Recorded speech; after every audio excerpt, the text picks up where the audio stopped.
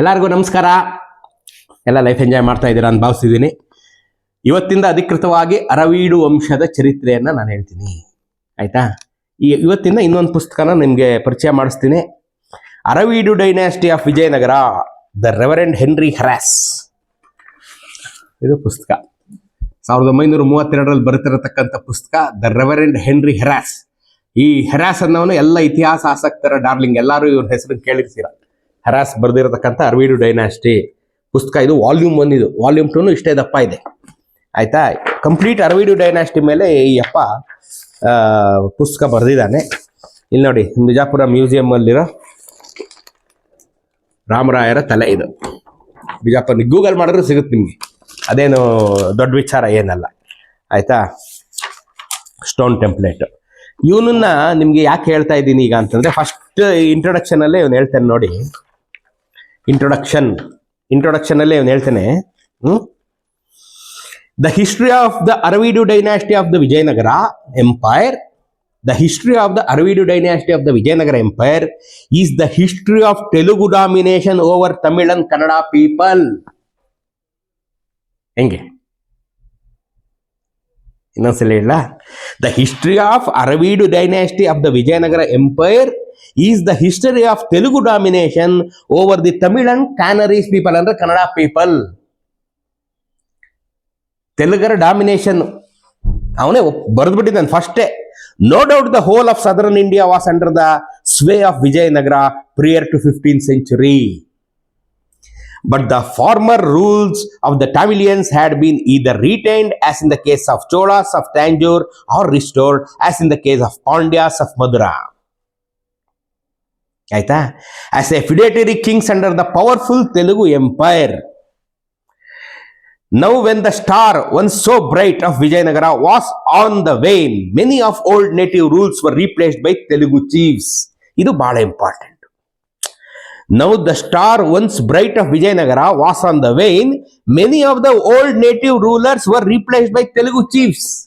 ಅಂದ್ರೇನು, ತಮ್ಮದವ್ರು ಬೇಕಾದವರು ನೀವು ನೇಮಕ ಮಾಡ್ಕೊಂಡ್ರು, ತೆಲುಗರನ್ನ ನೇಮಕ ಮಾಡ್ಕೊಂಡ್ರು. Destined to become the founders of the royal dynasties of the south after setting of the imperial glory. The same fate befall most of the rulers of Kannada country or Canaries country. Through there, several of the old native chieftains survived.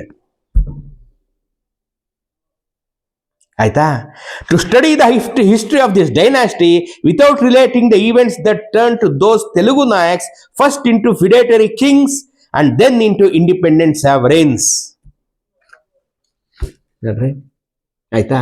ಅಂದ್ರೆ ಇವನೇನ್ ಹೇಳ್ತಾನೆ, ಇದು ಅರವೀಡು ಡೈನಾಸ್ಟಿಯ ಕಥೆ ಏನಿದೆ, ಇದು ಕನ್ನಡ ಮತ್ತು ತಮಿಳಿನಿಂದ shift ಆಗಿ ತೆಲುಗು ಕಡೆ ಬಂದಿದ್ದು. ಇದು ಕೃಷ್ಣದೇವರಾಯರ ಕಾಲದಲ್ಲಿ ಅಧಿಕೃತವಾಗಿ ಅವ್ರು ಹಾಕಿದ್ರು ಅಂತ ನಾನು ಮೊನ್ನೆ ಕಲಬುರ್ಗಿ ಅವರು ಹೇಳಿದಾಗಲೇ ಹೇಳಿದ್ದೀನಿ. ಕಲಬುರ್ಗಿ ಅವ್ರು ಹೇಳಿದ್ದು ಇಲ್ಲಿಂದಾನೆ, ಯಾಕೆಂದ್ರೆ ಇದು 1923 ಬುಕ್. ಇದು ಇವತ್ತು 102 ವರ್ಷ ಈ ಪುಸ್ತಕ ಬರ್ದು, ಆಯ್ತಾ. ಇನ್ನೊಂದು ಮಾತು ಹೇಳ್ತೇನೆ. It was also during this period the Vaishnavism was firmly established in the south, result of the onslaughts on Jainism and Shaivism after the preachings of Ramanujacharya. ಜೈನರನ್ನು ಶೈವರನ್ನು ಬದಿಗೊತ್ತಿ ವೈಷ್ಣವರು ಪ್ರಕಾಶಮಾನವಾಗಿ ಬೆಳಗಲಾರಂಭಿಸಿದ್ದು ವಿಜಯನಗರದ ಕಾಲದಲ್ಲೇ ಅಂತ ಹೇಳ್ತಾನೆ. ನೋಡಿದ್ರ, ಇದು ದಾಖಲೆ. ಇದು reverend father Heras, Henry Heras ಬರೆದಿರತಕ್ಕಂಥ ಪುಸ್ತಕ 1923ರಲ್ಲಿ. ಈಗ ಇದು ನಿಮ್ಗೆ ಹೇಳಕ್ ತಗೊಂಡೆ. ಈಗ ಇದನ್ನೇ ಕನ್ನಡದಲ್ಲಿ ನಾನು ಓದ್ತೀನಿ, ಇದನ್ನೇ ಕನ್ನಡದಲ್ಲಿ ಈಗ ನಿಮ್ಗೆ ಓದುತ್ತೇನೆ, ಆಯ್ತಾ. ಮುಂದಕ್ಕೆ ಹೋಗೋಣ. ಈಗ ಅರವೀಡು ಡೈನಾಸ್ಟಿಯ ಕಥೆಗಳ ಬಗ್ಗೆ ಹೋಗೋಣ ಈಗ, ಆಯ್ತಾ. ನಿಮ್ಗೆ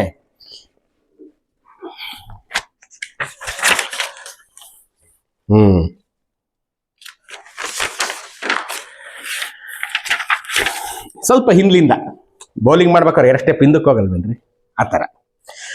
ಇಂತೂ ರಾಜನಿಧಿಯು ರಾಜನಾಗದಂತ ಸದಾಶಿವರಾಯನ ಕಗ್ಗಲೆಯೊಂದಿಗೆ, ಯಾಕೆಂದ್ರೆ ಅವ್ರನ್ನ ತಿರುಮಲ ರಾಯರು ತೀರ್ಸ್ಬಿಡ್ತಾರಲ್ಲ, ಅದನ್ನ ನಾನು ನಿನ್ನೆ ಹೇಳಿದ್ದೀನಲ್ಲ. ತುಳು ವಂಶವು ಪರಿಸಮಾಪ್ತಿ ಹೊಂದಿತು. ಸದಾಶಿವರಾಯರ ಕಗ್ಗಲೆಯೊಂದಿಗೆ ತುಳು ವಂಶವು ಪರಿಸಮಾಪ್ತಿ ಹೊಂದಿತು. ಸದಾಶಿವರಾಯನಿಗೆ ಒಬ್ಬ ವಿಠಲರಾಯ ಅಂತ ಮಗನೂ ಇದ್ದ. ಅವನೇನಾದ ಅಂತ ಈ ಇತಿಹಾಸದಲ್ಲಿ ಹೇಳಲ್ಲ.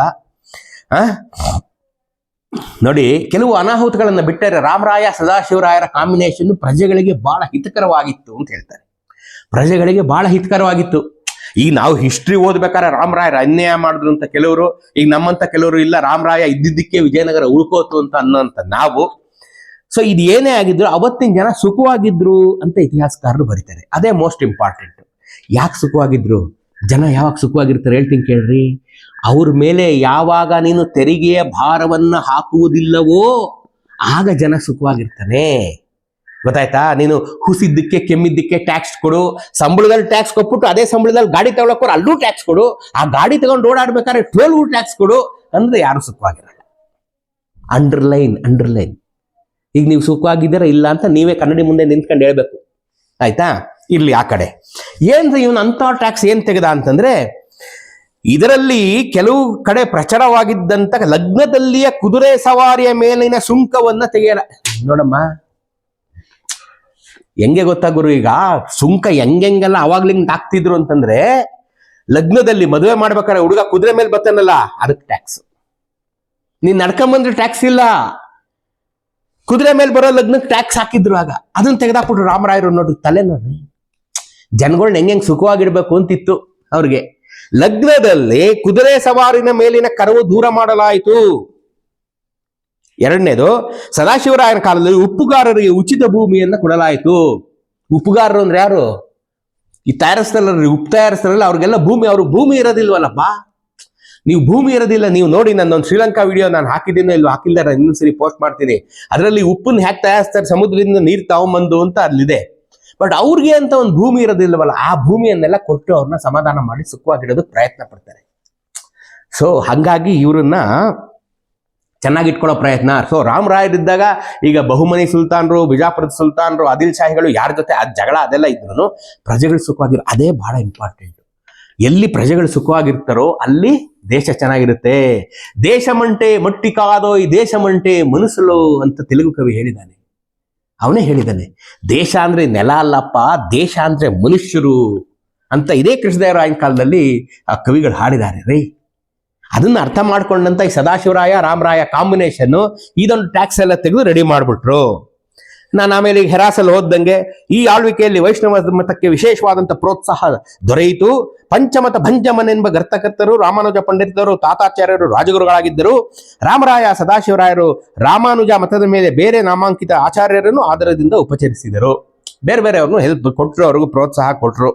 ಇದೆಲ್ಲ ಇದೆ ಆಯ್ತಾ. ಬೇರೆ ಬೇರೆಯವ್ರಿಗೆ ಪ್ರೋತ್ಸಾಹ ಕೊಟ್ಟರು ಅಂದ್ರೆ ಇಲ್ಲಿ ಏನ್ ಗೊತ್ತೇನ್ರಿ, ನಾನು ಇವಾಗ ನೀವು ಯಾವುದೇ ಊರಿಗೆ ಹೋಗಿ ನೋಡಿ, ನೀವು ಅಲ್ಲಿ 3 ದೇವಸ್ಥಾನ ಇರುತ್ತೆ. ಒಂದು ಈಶ್ವರನ ದೇವಸ್ಥಾನ, ಇನ್ನೊಂದು ಚೆನ್ನಕೇಶವ, ಸೌಮಿಕೇಶವ, ವೇಣುಗೋಪಾಲ, ರಂಗನಾಥ, ಅದೊಂದು ದೇವಸ್ಥಾನ. ಇನ್ನೊಂದು ಜೈನ ಬಸತಿ. ಜೈನ ಬಸ್ತಿ ಹಾಳಾಗೋಗಿರುತ್ತೆ ಈಗ. ಯಾಕೆಂದ್ರೆ ಜೈನ ಬಸ್ತಿಗಳನ್ನ ಉಳಿಸ್ಕೊಳಕ್ಕೆ ಯಾರು ಪ್ರಯತ್ನ ಪಡ್ತಾ ಇಲ್ಲ. ಉಳಿಸ್ಕೊಳ್ಳಿ ಅಂತ ನಾನು ಈ ಮೂಲಕ ಕೇಳ್ಕೊತೀನಿ. ಜೈನ ಬಸ್ತಿ ಹಾಳಾಗೋಗಿರುತ್ತೆ. ಈಶ್ವರನ ದೇವಸ್ಥಾನ, ಈ ಚೆನ್ನಕೇಶ್ವರನ ದೇವಸ್ಥಾನ ಮಾತ್ರ ಇರುತ್ತೆ. ಅದು ಹಿಂಗಿರುತ್ತೆ. ನಾನು ತುಂಬಾ ಹಳ್ಳಿಗಳ ಕಡೆ ನೋಡಿದ್ದೀನಿ. ವಾರಕ್ಕೊಂದ್ಸಲಿ ತಾಲೂಕ್ ಕೇಂದ್ರದಿಂದ ಒಬ್ರು ಪುರೋಹಿತರು ಬರ್ತಾರೆ. ಆ ರಿಮೋಟ್ ಹಳ್ಳಿಗೆ ಪಾಪ ನಮ್ಮ TVS ಅಲ್ಲೋ ಯಾವ್ದೋ ಒಂದು ಹಳೆ ಗಾಡಿಲಿ ಬರ್ತಾರೆ ಪಾಪ. ಬಂದು ಸೋಮವಾರ ಬಾಕಲು ತೆಗಿತಾರೆ, ಎಲ್ಲಾನು ಗೂಡಿಸಿ ಎಲ್ಲ ಮಾಡಿ ಒಂದು ಹೂನಾರ ಹಾಕಿ ಏನು ಗಂಧದ ಕಡ್ಡಿ ದೀಪ ಹಚ್ಚಿ ಹೋಗ್ಬಿಟ್ರೆ ನೆಕ್ಸ್ಟ್ ಸೋಮವಾರನೇ ಬರೋದು. ಒಂದು ವಾರ ಬರಲ್ಲ ಯಾರುವೆ. ಅಲ್ಲಿ ಬೀಗ ಹಾಕ್ಬಿಟ್ಟು ತಮ್ಮ ನಂಬರ್ ಬರ್ಬಿಟ್ಟು ಹೋಗಿರ್ತಾರೆ. ನಾವು ಹೋಗ್ಬಿಟ್ಟು ಫೋನ್ ಮಾಡ್ಬೇಕು, ಅಣ್ಣ ನಾವು ಬಂದಿದ್ದೀವಿ ಬನ್ನಿ ಅಂದ್ರೆ ಬರ್ತಾರೆ. ಆಗ ಯಾಕೆಂದ್ರೆ ಅದು ಪಾಪ ವ್ಯವಸ್ಥೆ ಸರಿ ಇಲ್ಲ ರೀ, ಸರ್ಕಾರಗಳು ಸರಿಯಾಗಿ ಸಂಬಳ ಕೊಡಲ್ಲ, ಅವ್ರಿಗೆ ಸರಿಯಾಗಿ ನೋಡ್ಕೊಳಕ್ಕಿಲ್ಲ, ಈ ರೀತಿ ಎಲ್ಲ ಕಥೆಗಳು. ಆದ್ರಿಂದ ಸೊ ಈ ವೈಷ್ಣವ ಮತ ಪ್ರಚಾರ ಜಾಸ್ತಿ ಆಯ್ತು ಅಂತಂದಾಗ, ಇಲ್ಲ ಬೇರೆಯವ್ರನ್ನು ಚೆನ್ನಾಗಿ ನೋಡ್ಕೋಬೇಕು ಅಂತ ಇರುತ್ತಲ್ಲಪ್ಪ, ರಾಜನೇ ಆಗ್ಲಿ ಪ್ರಜಾಪ್ರಭುತ್ವನೇ ಆಗ್ಲಿ ಪ್ರಜೆಗಳನ್ನ ಚೆನ್ನಾಗಿ ನೋಡ್ಕೋಬೇಕು ಅಂತ ಅವತ್ತಿನ ಕಾಲದ ಹಿರಿಯರಿಗಿತ್ತು. ಹಂಗಾಗಿ ಅವ್ರೇನ್ ಮಾಡಿದ್ರು, ಈಗ ಮಹಾದೇವಿ ಅಕ್ಕನ ಪುರಾಣವನ್ನ ರಚಿಸಿದ ಚನ್ನಬಸವಾಂಕನು, ಇವನೊಬ್ಬ ಲಿಂಗಾಯತ, ಮಹಾದೇವಿ ಅಕ್ಕನ ಪುರಾಣ ರಚನೆ ಮಾಡಿದ ಚನ್ನಬಸವಾಂಕನು ಇದ್ದ ಅವಾಗ ರಾಮರಾಯರ ಕಾಲದಲ್ಲಿ. ಆದಿತ್ಯ ಪುರಾಣ ಕರ್ತನಾದ ರಾಮಚಂದ್ರ ಗುರು ಶಿಷ್ಯನು, ಚೋಳರಾಜ ಸಾಂಗತ್ಯವನ್ನು ಬರೆದ ಲಿಂಗನು ಈ ಕಾಲದ ಪ್ರಮುಖ ವೀರಶೈವ ಕವಿಗಳು.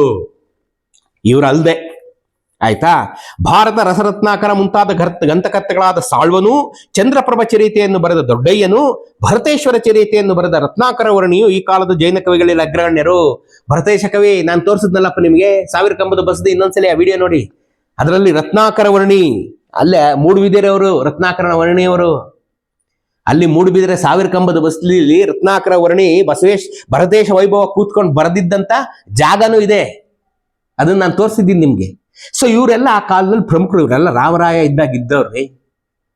ಹೆಂಗೆ ಇವರೆಲ್ಲ ಪ್ರಮುಖರು, ಆಯ್ತಾ. ಸೊ ಈ ತರ ನಡೀತಾ ಇತ್ತು. ಈ ಆಳ್ವಿಕೆ ವಿಜಯನಗರದ ಸಾಮ್ರಾಜ್ಯದ ಚರಿತ್ರೆಯಲ್ಲಿ ಕರ್ನಾಟಕ ಇತಿಹಾಸದಲ್ಲಿ ಅನೇಕ ದೃಷ್ಟಿಯಿಂದ ಚಿರಸ್ಮರಣೀಯವಾಗಿದೆ, ಆಯ್ತಾ. ನೋಡಿ, ಕರ್ನಾಟಕದ ಚರಿತ್ರೆ ಅಂದ್ರೆ ಅದು ಉತ್ತರ ಕರ್ನಾಟಕದ ಚರಿತ್ರೆ. 6ನೇ ಶತಮಾನದಿಂದ 16ನೇ ಶತಮಾನದವರೆಗೆ 1000 ವರ್ಷಗಳ ಕಾಲ ಚಾಲುಕ್ಯರು, ರಾಷ್ಟ್ರಕೂಟರು ಮತ್ತು ವಿಜಯನಗರದ ಅರಸರಷ್ಟೇ ನಮ್ಮ ಕರ್ನಾಟಕದ ಅರಸರು. ಯಾಕೆಂದ್ರೆ ದಿಗ್ಗಜಗಳಲ್ಲಿ, ದಿಗಂತಗಳಲ್ಲಿ ಕನ್ನಡ ನಾಡನ್ನ ಪಸರಿಸಿದಂಥವ್ರು ಇವು ಮೂರು ರಾಜವಂಶಗಳು, ಚಾಲುಕ್ಯರು, ರಾಷ್ಟ್ರಕೂಟರು ಮತ್ತು ವಿಜಯನಗರದ ಅರಸರು. ದೇಶ ವಿದೇಶಗಳಲ್ಲಿ ಬರ್ಕೊಳ್ಳಿ, ವಿದೇಶಗಳಲ್ಲಿ ಕನ್ನಡ ಭಾಷೆಯನ್ನ ಪರಿಚಯಿಸಿದ್ದು ಚಾಲುಕ್ಯರು, ರಾಷ್ಟ್ರಕೂಟರು ಮತ್ತು ವಿಜಯನಗರದ ಅರಸರು. ಹಾಗಾಗಿ ಕರ್ನಾಟಕದ ಚರಿತ್ರೆ ಅಂದ್ರೆ ಅದ್ರ ಉತ್ತರ ಕರ್ನಾಟಕದ ಚರಿತ್ರೆಯೇ ನಾವು ಕರ್ನಾಟಕದ ಚರಿತ್ರೆ. ಅರ್ಥ ಆಯ್ತಾ? ಏನಾದ್ರ ಗಂಗರು, ಇವರು ಹೊಯ್ಸಳರು ಎಲ್ಲ ಇದ್ರು, ನಾನೇನ್ ಇಲ್ಲ ಅಂತ ಹೇಳ್ತಾ ಇಲ್ಲ. ಇವ್ರುಗಳ ಕಂಪೇರ್ ಮಾಡಕ್ಕಾಗಲ್ಲ ನೀವು ಅವ್ರನ್ನ. ಅರ್ಥ ಆಯ್ತಾ? ಇವ್ರ ಕಂಪೇರ್ ಮಾಡಕ್ಕಾಗಲ್ಲ ನೀವು ಇವ್ರ ಹತ್ರ. 16 ಲಕ್ಷ ಸೈನ್ಯ ಇಟ್ಕೊಂಡಿದ್ದ ಕೃಷ್ಣದೇವರಾಯ ಅಂದ್ರೆ ಕ್ಯಾನ್ ಯು ಇಮ್ಯಾಜಿನ್? ಆಯ್ತಾ? ಆದ್ರೆ ನೋಡ್ರಿ, ಆಯ್ತಾ, ದಾರುಣವಾದ ಪ್ರಹಾರವನ್ನು ಬಾಳಿ ಅಲಿಗಾರ ರಾಕ್ಷಸ ತಂಗಡಿ ಯುದ್ಧದಿಂದ ಅದನ್ನೆಲ್ಲ ನಾಮಾವಶೇಷ ಆಗೋಯ್ತು. ಅದಕ್ಕೆ ಮೊದಲಿನ ಸಾಮರ್ಥ್ಯವು ಪ್ರಾಪ್ತವಾಗಲಿಲ್ಲ. ಇದು ವಿಜಯನಗರಕ್ಕೆ ಸಾಮ್ರಾಜ್ಯಕ್ಕೆ ಮರ್ಮಘಾತ ಆಗೋಯ್ತು. ಹಾಗಾಗಿ ಈ ಸಾಮ್ರಾಜ್ಯ ಕುಸಿದು ಬಿದ್ದು ಮುಂದೆ ಎಂದೂ ಮೊದಲಿನಂತೆ ಚೇತರಿಸಿಕೊಂಡು ಏಳಲಿಲ್ಲ. ಆಯ್ತಾ? ಮುಂದೆ ಎಂದು ಚೇತರಿಸಿಕೊಂಡು ಹೇಳಲಿಲ್ಲ ಇದನ್ನ. ಇವರು ಹೆಂಗ್ ಬರೀತಾರೆ ನೋಡಿ. ನಾನು ಯಾಕೆ ಇದನ್ನ ಹೇಳ್ತಾ ಇದ್ದೀನಿ ಅಂತಂದ್ರೆ, 6ನೇ ಶತಮಾನದಿಂದ 16ನೇ ಶತಮಾನದವರೆಗೂ ಅದು ಕನ್ನಡಿಗರ ಪ್ರಾಬಲ್ಯವಾಗಿತ್ತು, ಕನ್ನಡಿಗರದ್ದೇ ಸಾಮ್ರಾಜ್ಯವಾಗಿತ್ತು, ಕನ್ನಡವೇ ಪ್ರಧಾನವಾಗಿತ್ತು, ಕನ್ನಡಿಗರದ್ದೇ ಪ್ರಾಬಲ್ಯವಾಗಿತ್ತು. ಯಾವಾಗ ರಕ್ಕಸ ತಂಗಡಿ ಯುದ್ಧ ಆಗಿ ವಿಜಯನಗರ ಸಂಪೂರ್ಣ ಹಾಳು ಹಂಪೆಯಾಗಿ ಬದಲಾಯಿತು, ಕನ್ನಡಿಗರ ಪ್ರಾಬಲ್ಯ ಕಡಿಮೆ ಆಯಿತು. ಕರ್ನಾಟಕದ ಕೇಂದ್ರ ಸ್ಥಾನವಾಗಿದ್ದ ವಿಜಯನಗರವು ಹಾಳಾಗಿ ಮುಂದೆ ಬೇರೆಡೆಯಲ್ಲಿ ಸಾಮ್ರಾಜ್ಯದ ರಾಜಧಾನಿಯು ಸ್ಥಾಪಿತವಾಗಿದ್ದು ಕರ್ನಾಟಕಕ್ಕೆ ಅತ್ಯಂತ ಹಾನಿಕರವಾಯಿತು. ಇದರಿಂದ ಕರ್ನಾಟಕವು ಸ್ಥಾನಚ್ಯುತವಾಗಿ ದೆಸೆಗಟ್ಟಿತು. ಕನ್ನಡಿಗರ ಪ್ರಭಾವ ಕಡಿಮೆಯಾಗಿ ಇತರ ಪ್ರಾಬಲ್ಯವು ಬೆಳೆಯಿತು. ರಾಕ್ಷಸ ತಂಗಡಿ ಯುದ್ಧದಿಂದ ಕನ್ನಡದ ಜೀವನ ಮೇಲೆ ಮಲಿನತೆಯ ಕಪ್ಪು ತೆರೆಯು ಹರಿಯಿತು. ಕನ್ನಡ ಸಂಸ್ಕೃತಿಯು ನಿರ್ವೀರ್ಯವಾಯಿತು. ಕನ್ನಡದ ಜನಾಂಗದಲ್ಲಿ ಪರಿಪಾಕಗೊಂಡು ಬೆಳಗಿದ ಕನ್ನಡಿಗರ ಶೌರ್ಯ, ಪರಾಕ್ರಮ, ಸಾಹಸ, ಐಕ್ಯ, ಸಂಘಟನೆ, ಸ್ವಾಭಿಮಾನ, ದೀರ್ಘೋದ್ಯೋಗ, ಕಾರ್ಯನಿಷ್ಠೆ, ಸ್ವಾರ್ಥ ತ್ಯಾಗ, ಪ್ರಗತಿ ಪ್ರೇಮ, ಕರ್ತೃತ್ವ ಮೊದಲಾದ ಉಜ್ವಲವಾದ ಸದ್ಗುಣಗಳು ಬರುತ್ತಾ ಬರುತ್ತಾ ಕಡಿಮೆಯಾಗಿ ಕನ್ನಡ ರಾಷ್ಟ್ರವು ಅಧೋಗತಿಗಿಳಿಯಿತು. ಗೊತ್ತಾಯ್ತಾ? ನಾನು ಯಾಕೆ ಮೊನ್ನೆ ಇದು ಇಲ್ಲಿಗೆ ಮುಗೀತು, ಕನ್ನಡಿಗರ ಕಥೆ ಇಲ್ಲಿಗೆ ಮುಗೀತು ಅಂತ ಯಾಕೆ ಹೇಳಿದ್ದು? ಗಳಗನಾಥರು ಒಂದು ಬರೆದಿದ್ದಾರೆ, ಇದನ್ನು ಓದಿ. ಕನ್ನಡಿಗರ ಕರ್ಮಕಥೆ ಅಂತ ಪುಸ್ತಕ ನಾನು ಇವತ್ತು ಮರ್ತೋದೆ, ತಂದು ತೋರಿಸ್ತೀನಿ. ಅದು ಒಂದು ಪುಸ್ತಕ ಇದೆ, ಅದನ್ನು ಓದ್ಬೇಕು ನೀವು. ಅವು ಹೆಸರೇ ಚೆನ್ನಾಗಿ, ಕನ್ನಡಿಗರ ಕರ್ಮಕಥೆ, ಕನ್ನಡಿಗರ ಕರ್ಮ ಇದು. ಯಾವಾಗ ವಿಜಯನಗರದಿಂದ ಇವರು ಕಾಲು ಎತ್ತಿದ್ರು ಅಲ್ಲಿಗೆ ಕನ್ನಡಿಗರನ್ನು ಯಾರು ಮೂಸವರು ಇರ್ಲಿಲ್ಲ ಅಂತ ಕರೆಕ್ಟ್ ಆಗಿ ಹೇಳ್ಬೇಕು ಅಂದ್ರೆ ಲೋಕಲ್ ಲ್ಯಾಂಗ್ವೇಜ್ ಅಲ್ಲಿ ನಮ್ಮನ್ನು ಯಾರು ಮೂಸವರೇ ಇರ್ಲಿಲ್ಲ ರೀ. ಇಷ್ಟೆಲ್ಲ ಆಯ್ತು, ಕನ್ನಡಿಗರ ಅಧೋಗತಿಗಳಿದಾಯ್ತು. ಕನ್ನಡಿಗರ ಸಾಹಸ, ಶೌರ್ಯ, ಕ್ಷಾತ್ರ, ತ್ಯಾಗ, ಪ್ರೇಮ ಎಲ್ಲ ಹೊರಟಾಯ್ತು. ಆಯ್ತಾ? ರಾಕ್ಷಸ ತಂಗಡಿ ಕಾಳಗವು ಬರೀ ಕರ್ನಾಟಕ ಪ್ರಪಂಚದಷ್ಟೇ ಅಲ್ಲ, ಭಾರತೀಯ ಪ್ರಪಂಚದಲ್ಲೂ ಎಂದೂ ಮರೆಯಲಾಗದಂತ ಘಟನೆ. ನೋಡಿ, ಇಡೀ ಭಾರತದಲ್ಲಿ ಎಂದೂ ಮರೆಯಲಾಗದಂತ ಘಟನೆ. 11ನೇ ಶತಮಾನದಿಂದ ಎಡಬಿಡದೆ ಒಡ್ಡುತ್ತಿರುವ ಪರಕೀಯ ಸಂಸ್ಕೃತಿಯ ಪ್ರಚಂಡವಾದ ಆಘಾತಗಳಿಂದ ಭಾರತೀಯ ಸಂಸ್ಕೃತಿಯು ಪೂರ್ಣವಾಗಿ ಉಚ್ಛೇದ ಹೊಂದುವ ಭಯಂಕರವಾದ ಪ್ರಸಂಗದಲ್ಲಿ ಪರಕೀಯರ ಆಕ್ರಮಣವನ್ನು ಬಲವಾಗಿ ತಡೆದಟ್ಟಿ ಭಾರತೀಯ ಸಂಸ್ಕೃತಿಯನ್ನು ಸಂರಕ್ಷಿಸಿ ಸಂವರ್ಧಿಸುವ ಮಹಾಕಾರ್ಯವನ್ನು 200 ವರ್ಷಗಳವರೆಗೆ ವಿಜಯನಗರವು ಕಾರ್ಯವನ್ನು ಕೈಗೊಂಡಿತು. ಪರಕೀಯರ ಆಕ್ರಮಣವನ್ನ ಬರೋಬ್ಬರಿ 200 ವರ್ಷ ವಿಜಯನಗರದವರು ತಡೆದ್ರು. 200 ವರ್ಷ ತಡೆದ್ರು ಅದನ್ನ. ಈ ಯುದ್ಧದಿಂದ ಪರಕೀಯರ ಪ್ರತಿರೋಧದ ಈ ಒಡ್ಡು ಒಡೆದು ಹೋಯಿತು. ರಕ್ಕಸ ತಂಗಡಿ ಯುದ್ಧದಿಂದ ತಡೆದುಕೊಂಡು ನಿಂತಿದ್ವಲ್ಲ ನಾವು, ಅದು ಒಡೆದು ಹೋಯಿತು. ಪರಕೀಯರ ಸಾಮರ್ಥ್ಯವು ಮತ್ತೆ ಉದ್ದೀಪನವಾಗಿ ಪರಕೀಯರ ಪ್ರಭಾವವು ಬೆಳೆಯುತ್ತಾ ಅಲ್ಪಾವಧಿಯಲ್ಲಿ ಅಖಿಲ ದೇಶವು ಅನ್ಯಾಕ್ರಾಂತವಾಯಿತು. ಇಡೀ ದೇಶವೇ ಅನ್ಯಾಕ್ರಾಂತವಾಗೋಯ್ತು. ಯಾಕೆಂದ್ರೆ ಆಲ್ರೆಡಿ ಆಗ್ಲೇ ಡೆಲ್ಲಿನಲ್ಲಿ ಅಕ್ಬರ್ ಬಂದು ಕೂತಿದ್ದ. ಇಡೀ ಉತ್ತರ ಭಾರತದಲ್ಲೆಲ್ಲ ಅವ್ನ ಕೈ ಇತ್ತು. ಅವ್ನ ದಕ್ಷಿಣಕ್ಕೂ ಬರ್ತಾ ಇದ್ದ. ಎಲ್ಲ ಮುಘಲರ ಮೇಲೆ ಬಂದ್ರು, ಔರಂಗಜೇಬ್ ಎಲ್ಲ ಬಂದಲ್ಲ, ಅವ್ನ ಮಕ್ಕಳು, ಮೊಮ್ಮಕ್ಕಳು, ಮರಿಮಕ್ಕಳು ಎಲ್ಲ ಈ ಕಡೆ ಬಂದ್ಬಿಟ್ರು. ಇಡೀ ದೇಶವೇ ಅನ್ಯಾಕ್ರಾಂತವಾಯಿತು. ಭಾರತೀಯ ಸಂಸ್ಕೃತಿಯ ಅಭ್ಯಾಸಕನು ಭಾರತೀಯ ಸಂಸ್ಕೃತಿಗೆ ವಿಜಯನಗರವು ಮಾಡಿದ ಅಪಾರವಾದ ಉಪಕಾರವನ್ನು, ರಾಕ್ಷಸ ತಂಗಡಿಯಿಂದ ಉಂಟಾದ ಅಪರಿಮಿತವಾದ ಹಾನಿಯನ್ನು ಎಂದೂ ಅಲಕ್ಷಿಸಲಾಗದು. ಇಡೀ ಭಾರತ ನೆನ್ಪಿಟ್ಕೋಬೇಕು ಅಂತ ಬರೀತಾನೆ ಇತಿಹಾಸಕಾರರು. ಭಾರತ, ಇಡೀ ಭಾರತ ನಮ್ಮನ್ನ ನೆನ್ಪಿಟ್ಕೋಬೇಕು ವಿಜಯನಗರದವ್ರನ್ನ. 200 ವರ್ಷ ಅದನ್ನ ತಡೆದಿದ್ವಿ. 200 ವರ್ಷ ಆದ್ಮೇಲೆ ಅದು ಒಡೆದು ಹೋಗಿ ಇಡೀ ಭಾರತವೇ ಯಾರ್ದೋ ಗುಲಾಮ್ಗಿರಿಗೆ ಬಿದ್ದೋದ್ವಿ ನಾವೆಲ್ಲ. ಯಾರ್ದೋ ಗುಲಾಮ್ಗಿರಿಗೆ ನಾವೆಲ್ಲ ಬಿದ್ದೋದ್ವಿ ರೀ. ಈ ರಾಕ್ಷಸ ತಂಗಡಿಯ ಸಂಗ್ರಾಮದಲ್ಲಿ ವಿಜಯನಗರದ ವಿಜಯವಾಗಿದ್ದರೆ ಕರ್ನಾಟಕದ ಇತಿಹಾಸ ಬೇಕೇ, ಭಾರತೀಯ ಇತಿಹಾಸವೇ ಬೇರೆ ಆಗ್ತಾ ಇತ್ತು. ನಾವೇನಾರ ಗೆದ್ದು ಬಿಟ್ಟಿದ್ದಿದ್ರೆ. ಮೊದಲೇ ದೈನ್ಯ ದೌರ್ಬಲ್ಯಗಳಿಂದ ಬಹುಮನಿ ರಾಜ್ಯಗಳಲ್ಲಿ ಈಗ ಆಘಾತವನ್ನು ಸಹಿಸುವ ಶಕ್ತಿ ಇರಲಿಲ್ಲ ಅವ್ರ ಹತ್ರ. ಅವರು ಮತ್ತೆಂದೂ ತಲೆ ಎತ್ತಲಾಗ್ತಾ ಇರಲಿಲ್ಲ. ಆದ್ದರಿಂದ ವಿಜಯನಗರ ಸಾಮ್ರಾಜ್ಯದ ವಿಸ್ತಾರವು ಬೆಳೆದು ಗೋದಾವರಿ ನರ್ಮದಗಳವರೆಗಿನ ಅಖಿಲ ದಕ್ಷಿಣಾಪಥವನ್ನು ಅನಾಯಾಸವಾಗಿ ಆಕ್ರಮಿಸುತ್ತಿತ್ತು. ಆದರೆ ಏನ್ ಮಾಡಕ್ಕಾಗತ್ತೆ, ಈ ಮನೋಭಿಲಾಷೆ ನಡೆದೋಗ್ಲಿಲ್ವಲ್ಲ ಈಗ, ನಡೀಲಿಲ್ವಲ್ಲ ಈಗ. ನೋಡ್ರಿ, ಇನ್ನೊಂದು ನೀವು ಇದೊಂದು ಅಬ್ಸರ್ವ್ ಮಾಡಿ. ನಮ್ಮ 2000 ವರ್ಷಗಳ ಕರ್ನಾಟಕದ ಇತಿಹಾಸದಲ್ಲಿ ರಾಜವಂಶಗಳನ್ನು ಹೇಳಿ ನೋಡೋಣ. ಕದಂಬರು, ಚಾಲುಕ್ಯರು, ರಾಷ್ಟ್ರಕೂಟರು, ಹೊಯ್ಸಳರು, ವಿಜಯನಗರದ ಅರಸರು, ಗಂಗರು, ಮೈಸೂರು ಒಡೆಯರು ಅಲ್ವಾ. ಇಲ್ಲಿ ಎಲ್ಲಾರನ್ನೂ ಅವ್ರ ಫ್ಯಾಮಿಲಿ ನೇಮಿಂದ ಕರಿತೀವಿ. ವಿಜಯನಗರನವ್ರು ಮಾತ್ರ ವಿಜಯನಗರದ ಅರಸರು ಅಂತ ಕರಿತೀವಿ, ಊರ್ ಹೆಸರು ಮೇಲೆ ವಂಶ ಕರಿತೀವಿ. ಕದಂಬರು ಅವ್ರು ಎಲ್ಲ ಆಳಿದ್ರು ಅವ್ನು ಕದಂಬನೇ. ಚಾಲುಕ್ಯ ಅವನು ಎಲ್ಲ ಆಳಿದ್ರು ಚಾಲುಕ್ಯನೇ. ರಾಷ್ಟ್ರಕೂಟ ಅವನು ಎಲ್ಲ ಆಳಿದ್ರು ರಾಷ್ಟ್ರಕೂಟನೇ. ಹೊಯ್ಸಳ ಅವನು ಎಲ್ಲಿಂದ ಆಳ್ಕೊಂಡ್ ಬಂದಿದ್ರು ಅವ್ನು ಹೊಯ್ಸಳಾನೆ. ವಿಜಯನಗರದವ್ರು ಹಂಗಿಲ್ಲ. ಯಾಕೆ? ಇಲ್ಲಿ ಕಂಪನಿ ಬೇಸ್ಡ್ ಇಲ್ಲ, ಇಲ್ಲಿ ಅಡ್ಮಿನಿಸ್ಟ್ರೇಷನ್. ಒಂದೊಂದು ಸಪರೇಟ್ ಗ್ರೂಪ್ ಅಡ್ಮಿನ್. ಮೊದಲು ಸಂಗಮ ವಂಶದವ್ರು ಆಳಿದ್ರು, ಆಮೇಲೆ ಸಾಳುವ ವಂಶದವ್ರು ಆಳಿದ್ರು, ಆಮೇಲೆ ತುಳುವ ವಂಶದವ್ರು ಆಳಿದ್ರು, ಈಗ ಅರವೀಡು ವಂಶದವ್ರು ಆಳ್ತಾ ಇದ್ದಾರೆ. ಇವ್ರನ್ನೆಲ್ಲ ಸೇರಿಸಿ ವಿಜಯನಗರದ ಅರಸರು ಅಂತ ನಮ್ಮವ್ರು ಕರೆದ್ರು. ಇದೇ ವಿಶೇಷ ಇವ್ರದ್ದು. ಏನಿದು ಪ್ಯೂರ್ ಏನ್ ಗೊತ್ತೇನ್ರಿ? ಸರ್ವೈವಲ್ ಆಫ್ ದಿ ಫಿಟ್ಟೆಸ್ಟ್, ಜಿಸ್ಕಲಾಟಿ ಉಸ್ಕಿ ಬೇಸು. ಸಂಗಮ ವಂಶದವನೇ ಆಳ್ಬೇಕು ಅಂತ ನಡೀಲೇ ಇಲ್ವಲ್ಲ ಇಲ್ಲಿ. ಅವ್ನು ವೀಕ್ ಆದ ತಕ್ಷಣ ಅವ್ನ ಪಕ್ಕಕ್ಕೋಸ್ಕರ ಸಾಳುವರು ಬಂದ್ರು. ಯಾಕೆಂದ್ರೆ ವಿರೂಪಾಕ್ಷರಾಯ ಮಲ್ಲಿಕಾರ್ಜುನ ರಾಯನ ಒತ್ತರಿಸ್ಬಿಟ್ರೆ ಸಾಳುವ ನರಸಿಂಗರಾಯರು ಬಂದಿದ್ದು. ಸಾಳುವ ವಂಶ ಅತ್ಯಲ್ಪ ಅವಧಿಯಲ್ಲಿ ಮುಗಿದೋಯ್ತು. ತುಳುವ ವಂಶದವ್ರು ಬಂದ್ರು. ನರಸನಾಯಕ ಎತ್ತಿ ತನ್ನ ಮಗನಾದಂಥ ವೀರ ನರಸಿಂಹನ್ ಕೂರಿಸ್ಬಿಟ್ಟ. ಆಮೇಲೆ ಕೃಷ್ಣದೇವರಾಯರು ಬಂದ್ರು. ಅವರು ಇನ್ನೇನ್ ಬೇಗ ಮುಗಿದೋದ ತಕ್ಷಣ ಅಲ್ಲಿ ಅರವೀಡು ವಂಶದವ್ರು ಕಾಲಿಟ್ಬಿಟ್ರಲ್ಲ. ಅಂದ್ರೆ 1529ಕ್ಕೇನೆ ಕೃಷ್ಣದೇವರಾಯರು ತೀರ್ಕೊಂಡಾಗ್ಲೇನೆ ನಮ್ಮ ಅರವೀಡು ವಂಶದವರು ಡಿಫ್ಯಾಕ್ಟೋ ಕಿಂಗ್ ಆಗಿದ್ರು ರಾಮರಾಯರು. ಆದ್ರೆ ಅಫಿಷಿಯಲ್ ಆಗಿ 1565 ಆದ್ಮೇಲೆ ಸದಾಶಿವರಾಯನ ಕಗ್ಗೊಲೆಯೊಂದಿಗೆ ಅರವೀಡು ವಂಶದ ತಿರುಮಲರಾಯರು ಪಟ್ಟಕ್ಕೆ ಬಂದ್ಬಿಟ್ರು. ಇದು ವಂಶದ ಮೇಲೆ ನಾವು ಹೆಸರು ಹೇಳೋದು. ಸಂಗಮ ವಂಶ, ಸಾಳುವ ವಂಶ, ತುಳುವ ವಂಶ, ಅರವೀಡು ವಂಶ. ನೀವು ಬೇರೆಯವ್ರು ನಂಗೆ ಹೇಳಲ್ಲ. ಅದೇ ಈಗ ಬೇರೆ ರಾಜವಂಶಕ್ಕೂ ನಮಗೂ ಇರೋ ಡಿಫರೆನ್ಸ್ ಅದೇನೆ. ಇಲ್ಲಿ ನಮಗೂ ಅಂದ್ರೆ ವಿಜಯನಗರಕ್ಕೆ ನಾನು ಹೇಳ್ತಾ ಇರೋದ್ರಿಂದ ಅದು ನಮ್ದು ಅಂತ ಈಗ ಅರ್ಥ ಆಯ್ತಾ. ಚಾಲುಕ್ಯರು ಅಂದ್ರೆ ಅವ್ರು ಚಾಲುಕ್ಯರೇ. ವೆಂಗಿ ಚಾಲುಕ್ಯರು ಅಂತ ಬರ್ತಾರೆ, ಕಲ್ಯಾಣ ಚಾಲುಕ್ಯರು ಅಂತ ಬರ್ತಾರೆ, ಬಾದಾಮಿ ಚಾಲುಕ್ಯರು ಇದ್ದಾರೆ, ಕದಂಬರು ಇದ್ದಾರೆ, ಗಂಗರು ಇದ್ದಾರೆ. ಈಸ್ಟರ್ನ್ ಗಂಗಾಸ್ ಅಂತ ಇದ್ದಾರೆ, ವೆಸ್ಟರ್ನ್ ಗಂಗಾಸ್ ಅಂತ ಇದ್ದಾರೆ. ಎಲ್ಲೋದ್ರೂ ಅವ್ರು ಗಂಗರೇ. ಹೊಯ್ಸಳರು ಇದ್ದಾರೆ, ಎಲ್ಲೋದ್ರೂ ಅವ್ರು ಹೊಯ್ಸಳರೇ. ವಿಜಯನಗರದವ್ರು ಮಾತ್ರ ಹಂಗಿಲ್ಲ. ಈ 2 ವಂಶ ಆದ್ಮೇಲೆ 3 ವಂಶ ಆದ್ಮೇಲೆ 4ನೇ ವಂಶಕ್ಕೆ ವಿಜಯನಗರದವ್ರೇ ಅಲ್ಲ ಇವರು. ಇನ್ನೂ ಒಂದು ಮಜಾ ಗೊತ್ತಾ ಇವರು? ಈಗ ನೆನ್ನೆ ಮೊನ್ನೆ ನಾನೇನ್ ಹೇಳಿದೆ, ವಾಪಸ್ ಎಲ್ಲ ಸಂಪತ್ತು ಎತ್ಕೊಂಡು ಇವ್ರು ತಿರುಪತಿಗೆ ಓಡೋದ್ರು. ತಿರುಪತಿಯಿಂದ ವಾಪಸ್ ಬಂದು ಕಟ್ಟಕ್ ಶುರು ಮಾಡಿ ಆಗದೆ ಇದ್ದಾಗ ಇವ್ರು ಬಿಟ್ರು. ಹೇಳಿದ್ನ ಇಲ್ವಾ? ಆಗದೆ ಇದ್ದಾಗ ಬಿಟ್ರು ಇವರು ಅಂತ. ಹಂಪೆನ್ ಬಿಟ್ರು ಇವ್ರು ಪೆನ್ಕೊಂಡೆಗೆ ಶಿಫ್ಟ್ ಆದ್ರು ಅಂತ. ಅಲ್ಲಿಗೆ ಇವ್ರದ್ದು ಮುಗ್ದೋಯ್ತು. ತುಂಗಭದ್ರಾ ನದಿ ನೀರೇ ಕುಡಿಲಿಲ್ಲ ಅಂತ ನಾನು ಹೇಳಿಲ್ವಾ?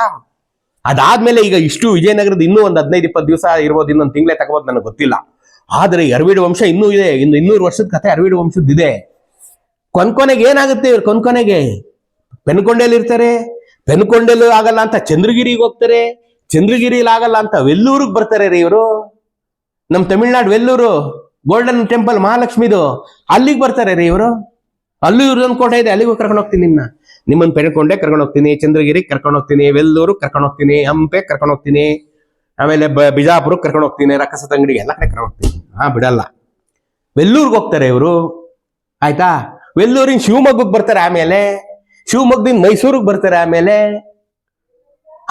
ಇವ್ರು ಆನೆಗೊಂದಿಗೆ ಹೋಗ್ತಾರೆ. ಇದೆಲ್ಲ ಒಂದು ದೊಡ್ಡ ಕಥೆ. ಇದೆಲ್ಲ ಹೆಂಗೆಲ್ಲ ಬಾಳಿ ಬದುಕದಂತ ವಿಜಯನಗರದ ವಂಶ ಹೆಂಗೆಲ್ಲ ದೈನೇ ಸ್ಥಿತಿಗೆ ತಲುಪ್ಬಿಡ್ತು ಅಂತ ಹೇಳದೆ ಗೋಳಿನ ಕಥೆಯೇ ಅರವೀಡು ವಂಶದ ಕಥೆ. ಹೆಂಗೆಲ್ಲ ಅವರವರ ಕಿತ್ತಾಡ್ಕೊಂಡು ಯಾದವಿ ಕಲಹದಿಂದ ಸತ್ತರು. ಅದರ ಮಧ್ಯದಲ್ಲೂ ವೀರ ವೆಂಕಟಪತಿ ರಾಯರು ಹೇಗೆ ಮೊದಲಿನ ಕ್ಷಾತ್ರವನ್ನ ಎತ್ತಿ ಹಿಡಿದ್ರು, ಎಚ್ಚವ ನಾಯಕನ ಸಾಹಸ ಶೌರ್ಯಗಳೇನು, ನಿಜವಾಗ್ಲೂ ಮೊದಲಿಂದ ಕೊನೆಯವರೆಗೆ ವಿಜಯನಗರಕ್ಕೆ ನಿಯತ್ತಿನಿಂದ ಇದ್ದಂತ ರಾಜವಂಶಗಳು ಯಾವುದು? ಸಾಮಂತ ರಾಜವಂಶಗಳು. ಮೊದಲಿನಿಂದ ಕಡೆಯವರೆಗೆ ವಿಜಯನಗರದ ಜೊತೆ ಇದ್ದವರು 3 ಜನ ರೀ. ಇವತ್ತೆಲ್ಲ ಹೈಲೈಟ್ಸ್ ಹೇಳ್ಬಿಟ್ಟು ನಾಳೆಯಿಂದ ಇದನ್ನ ಬಿಡಿಸಿ ಹೇಳ್ತೀನಿ ನಿಮಗೆ. 3 ಜನ ಮಾತ್ರ ಮೊದಲಿನಿಂದ ಡೇ 1 ಡೇ N ವರೆಗೆ ಇವತ್ತಿನವರೆಗೆ ವಿಜಯನಗರದ ಜೊತೆ ಇದ್ದವರು 3 ಜನ. ಕೆಳದಿಯ ಅರಸರು, ಮೈಸೂರಿನ ಅರಸರು, ತಂಜಾವೂರಿನ ಅರಸರು. ನಾವು 3 ಜನ ರೀ. ಮೈಸೂರಿನವ್ರು ನಾವು ಕೊನೆಯವರೆಗೂ ವಿಜಯನಗರದವ್ರು ಸಪೋರ್ಟ್ ಮಾಡಿದವರು, ಕೆಳದಿಯವರು ಕೊನೆಯವರೆಗೂ ವಿಜಯನಗರದವ್ರು ಸಪೋರ್ಟ್ ಮಾಡಿದವರು, ತಂಜಾವೂರಿನ ಅರಸರು ಕೊನೆಯವರೆಗೂ ವಿಜಯನಗರದ ಸಪೋರ್ಟ್ ಮಾಡಿದವರು. ಅವ್ರು ಏಳ್ಲಿ ಬೀಳ್ಲಿ, ಅವ್ರು ಏನಾರಾಗ್ಲಿ, ನೀನೇ ನನ್ನ ತಂದೆ ತಾಯಿ, ಸತ್ಯವೇ ನಮ್ಮ ತಾಯಿ ತಂದೆ ಅಂತ ಬರುದವ್ರು ಇವ್ರು 3 ಜನ. ಮಿಗ್ದವ್ರೆಲ್ಲ ಅವ್ರವ್ರು ವೀಕ್ ಆದಾಗೆಲ್ಲ ತಾವು ಸ್ವತಂತ್ರ ಆಗ್ಬಿಟ್ಟು ಅವ್ರ ಮೇಲೆ ಯುದ್ಧಕ್ಕೆ ಹೋದವ್ರು ಈ ಬಹುಮನಿಗಳ ಜೊತೆ, ಈ ಕುತುಬ್ ಶಾಹಿಗಳ ಜೊತೆ, ಬರೀದ್ ಶಾಹಿಗಳ ಜೊತೆ ಸೇರ್ಕೊಂಡು ವಿಜಯನಗರನೇ ಕೆಚ್ಚಲನ್ನೇ ಕುಯ್ಯಕ್ ಹೋದಂತ ಮಧಾಂಧರು, ದ್ರೋಹಿಗಳು, ಬ್ಯಾಕ್ ಸ್ಟ್ಯಾಬರ್ಸು.